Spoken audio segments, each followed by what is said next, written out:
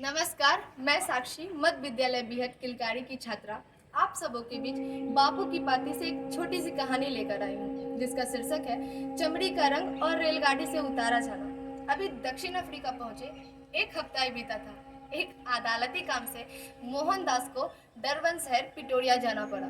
जिन व्यापारियों ने मोहनदास को दक्षिण अफ्रीका बुलाया था वो एक मालदार आसामी थे।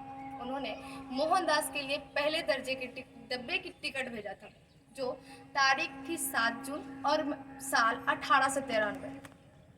रात के 9 बजे पीटर मैरिट्सबर्ग नाम का स्टेशन पहुंचा।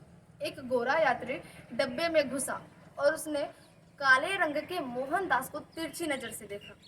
फिर वह वापस निकल गया। जब वह फिर से अंदर आया तो उसके साथ एक अफसर भी था। दोनों में थोड़ी देर तक खुसुर फुसुर होते रही। फिर अफसर मोहनदास के पास आकर कहा, चलिए आपको पिछले वाले निचले दर्जे के डब्बे में जाना होगा। मोहनदास ने कहा, मैं क्यों जाऊं? मेरे पास पहले दर्जे के डिब्बे की टिकट है। उसने कहा, उससे कोई फर्क नहीं पड़ता, उन्हें जाना ही होगा। मोहनदास के फिर मना करने के बावजूद उसने पुलिस की धमकी दी।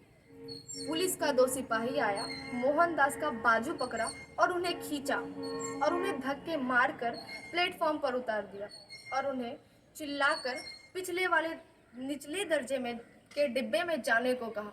मोहनदास तो इस अपमान से जैसे जम ही गए थे। उनके सामने से रेलगाड़ी रवाना हो गई और वह वहीं बैठे रहे। सामान प्लेटफॉर्म पर छोड़ मोहनदास विश्राम घर में जाकर बैठ गए। जून का महीना था, करारे की ठंड थी और कमरे में अंधेरा था।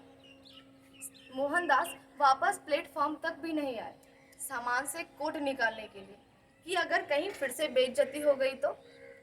एक बार तो ऐसा लगा कि जहां इतना अपमान होता हो वहां रहना ही नहीं चाहिए। हमें भारत अपना घर वापस लौट जाना चाहिए। कि चमड़े के रंग के आधार पर इतना भेदभाव क्यों होता है?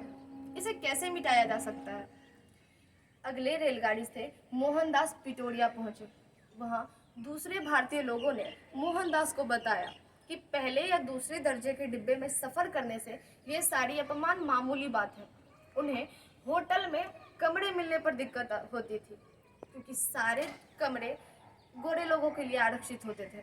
ऐसा बार बार होता गया। इस घटना के 20 साल के बाद मोहनदास वापस भारत लौटे। उन्होंने पहले या दूसरे के दर्जे के डिब्बे में सफ़र करना एकदम से बंद कर दिया था। वह उन्हीं डब्बों में घूमते थे जिनमें हर एक साधारण व्यक्ति बैठ सकते थे।